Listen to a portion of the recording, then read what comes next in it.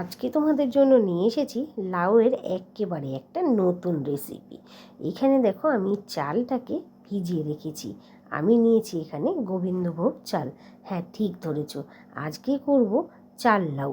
তো লাউয়ের দেখো খোসাগুলোকে আমি কিন্তু ছাড়িয়ে নিচ্ছি। তবে গোটা লাউটা আমার প্রয়োজন নেই, কেন আমাদের তো ফ্যামিলি ছোট খুব, তাই আমার এই অর্ধেক লাউটাতেই কিন্তু হয়ে যাবে। এবার দেখো আমি লাউটাকে কেটে নিলাম।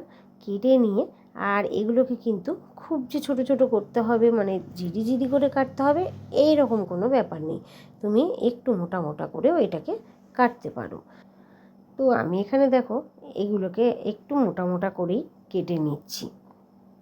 আর হ্যাঁ, ওই যে গোবিন্দভোগ চালটা আমি বেশ কিছুক্ষণ আগেই কিন্তু ভিজিয়ে রেখে দিয়েছিলাম। তো আমি লাউটা কিন্তু আগেই ধুয়ে নিয়েছি, ধুয়ে নেওয়ার পরে কাটছি।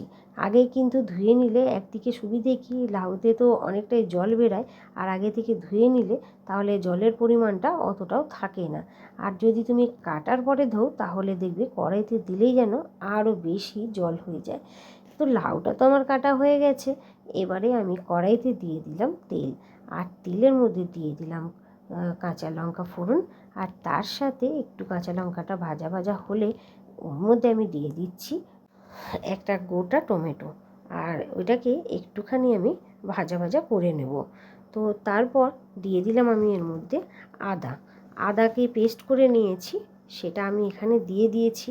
এরপর এটাকে একটু কষিয়ে নিলাম। তারপর এর মধ্যে দিয়ে দিচ্ছি হলুদের গুঁড়ো। তো হলুদের গুঁড়ো দেওয়ার পরে এটাকে আমি আরও কিছুক্ষণ কষিয়ে নেব। জল কিন্তু আমি এখানে দিইনি, দেখো তো ওই কম আছে। ভালো করে এটা কষিয়ে নেওয়ার পরে এখানে আমি দিয়ে দিচ্ছি ওই কেটে নেওয়া লাউটা।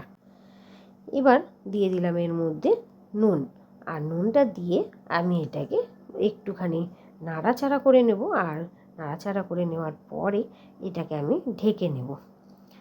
এটাকে ঢাকনা দিয়ে আমি এদিকে দেখো চালটা যে ভিজিয়ে রেখেছিলাম, চালটা কিন্তু আমার এরপর গুঁড়ো করে নিতে হবে, মানে পেস্ট করে নিতে হবে আর কি। তো দেখেছো কি বলতে গিয়ে কী বলে ফেলছি। তো দেখো চালটা আমি এখানে পেস্ট করে নিয়েছি। এবার এই যে লাউটা আমি ঢাকাটা খুলে চালের পেস্টটা এর মধ্যে আমি দিয়ে দিলাম, আর ওই মিক্সি ধোয়া জলটাও কিন্তু দিয়ে দিলাম। দিয়ে এটাকে আমি একটু কষিয়ে নেব। দেখবে যখনই তুমি এই চালটা দেবে তখনই কিন্তু সঙ্গে সঙ্গে তোমার এইটা টাইট হতে শুরু করবে। সেই কারণে যতক্ষণ না তোমার লাউটা সিদ্ধ হচ্ছে ততক্ষণ, মানে তার আগে পর্যন্ত কিন্তু চালটা তুমি দিও না। লাউটা বেশ 90% সিদ্ধ হয়ে যাবে, তারপর তুমি চালটা দাও। তারপর দেখো এটা আমি কষিয়ে নিয়েছি। এবার এখানে আমি দিয়ে দিলাম জল, কারণ এটাকে আমি আর একটুখানি ফোটাবো। যেহেতু চালটা দিয়েছি তাই একটু তো ফুটিয়ে নিতেই হবে। আর যেহেতু এখানে আমি গোবিন্দভোগ চাল ব্যবহার করেছি তাই গন্ধটা কিন্তু খুব সুন্দর এসেছে। তবে হ্যাঁ, এখনও কিন্তু আমার রান্নাটা শেষ হয়নি, তাই স্কিপ করে চলে যেও না, অনেক কিছু কিন্তু মিস করে যাবে।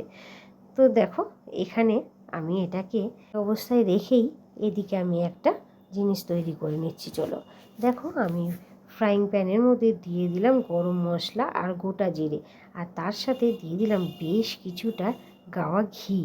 এরপর এটাকে বেশ ভাজা করে নিলাম, করে নিয়ে আর এর মধ্যে দিয়ে দিলাম ওই লাউটার মধ্যে। এবার এটাকে ভালো করে এর সাথে মিশিয়ে নিয়ে দিয়ে দিচ্ছি সামান্য পরিমাণে চিনি। তো চিনিটা দিয়েও ভালো করে মিশিয়ে নিয়ে এরপর দিয়ে দেবো এটার মধ্যে ঢাকনা। 2 মিনিট পর তারপর সার্ভ করবো। তো আজকের মতো টাটা।